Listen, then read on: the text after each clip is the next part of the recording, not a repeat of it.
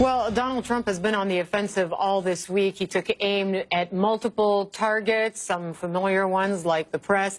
He's attacked Democrats, the media, his own party, and earlier this week he also picked a fight with the country of Pakistan. During a formal scripted speech, Donald Trump outlined his new plan for the U.S. mission in Afghanistan, and he had harsh words for Pakistan, accusing the country of sheltering terrorists. We can no longer be silent about Pakistan's safe havens for terrorist organizations, the Taliban, and other groups that pose a threat to the region and beyond. Pakistan has much to gain from partnering with our effort in Afghanistan. It has much to lose by continuing to harbor criminals and terrorists. He also said, look, we pay the country billions and billions of dollars. They have to do more. Pakistan is hitting back in this war of words. One of the country's most prominent politicians is the opposition leader, Imran Khan. I spoke with him a short time ago. I began by asking him for his reaction to Donald Trump's tough talk. Well, hala, it's something every Pakistani feels hurt, humiliated. It's you know, a country that has that collaborated with the U.S. after 9/11, and by joining the U.S. in the U.S. war on terror, we ended up losing something like 70,000 people dead, over $100 billion lost to the economy, and the tribal areas, which is adjoining the Afghanistan, were a population of 6 million, almost at one point 80% were homeless IDPs. So after all this, suddenly to hear this strange statement that Pakistan is responsible, made a scapegoat for the US not succeeding in Afghanistan, it is,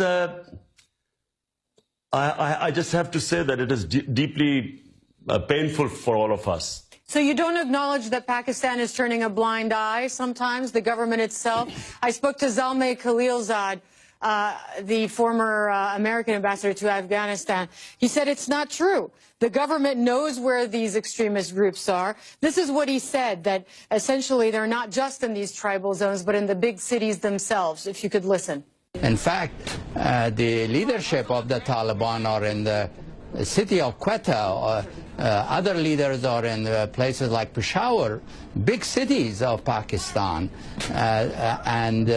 Yes, of course, when they come across the border, they cross areas that are tribal.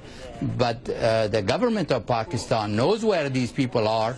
So you have former ambassadors like Khalilzad saying the government knows exactly where these people are and they're just turning a blind eye. So, number one, why does he not tell this to the Pakistani government or the military, which keeps asking them to tell them where these people are? Because they seem to know, Zalmay Khalilzad seems to know. Number two, hala, is this plausible? That there were 150,000 NATO troops in Afghanistan, over 100,000 American troops, one of the mightiest military machine in the history of mankind. And the total number of insurgents going into Afghanistan, which Pakistan is being accused of harboring, the Haqqani group, that's the group, Haqqani network, which Pakistan is supposed to be protecting, what, they're 1,500, 2,000, maximum 3,000? Are we to believe that it's because of these 3,000 people, 150,000 of the best military might of the West could not win in Afghanistan? Is this plausible? I mean, who believes this joke? So what is there? In the end, is this what they've got? They blame Pakistan for not being able to succeed in Afghanistan? Well, Donald Trump has even said, has even implied in his speech that aid, that assistance, economic and military, to your country, Pakistan, could be at risk, he implied, unless the government of your country does more to tackle these extremists. In my opinion, Pakistan has been the biggest collateral damage in this Afghan adventure.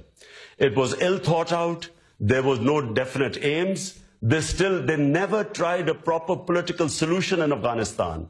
There was bombings and killings.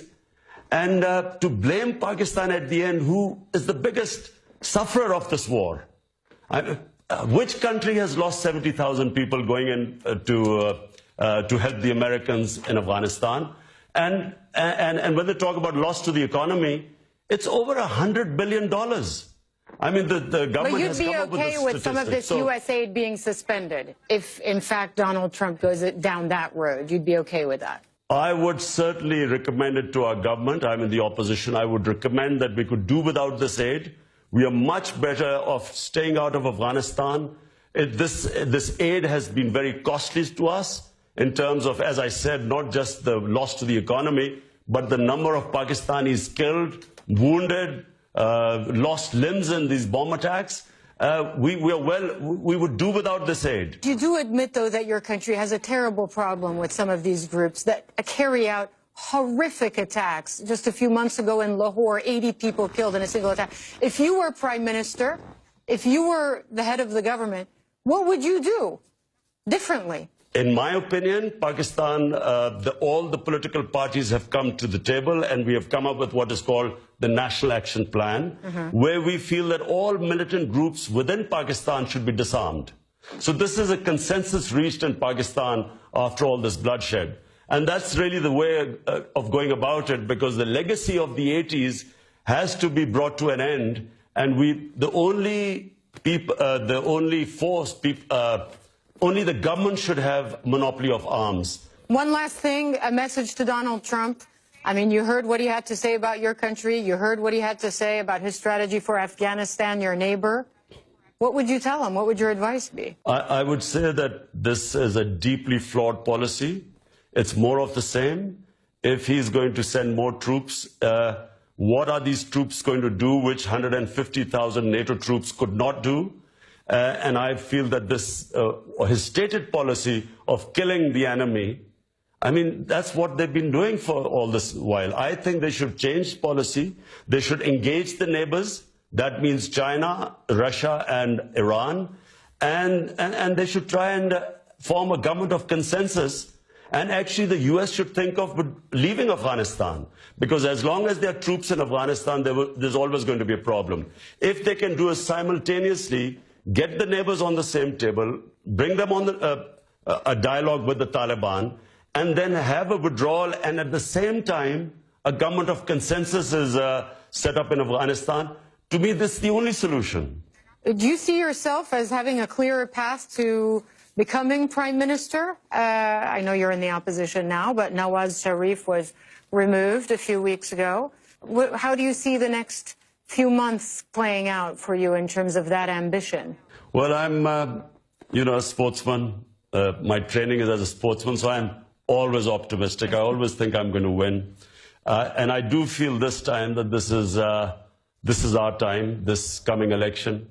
Whenever it is, we think it'll be the end of this winter. And I think we have a very good chance of winning the elections. You see yourself as Prime Minister of Pakistan? Well, if we win the elections, hopefully. Imran Khan there speaking to me earlier with reaction to Donald Trump and also his hopes, his political ambitions over the next several months. Now.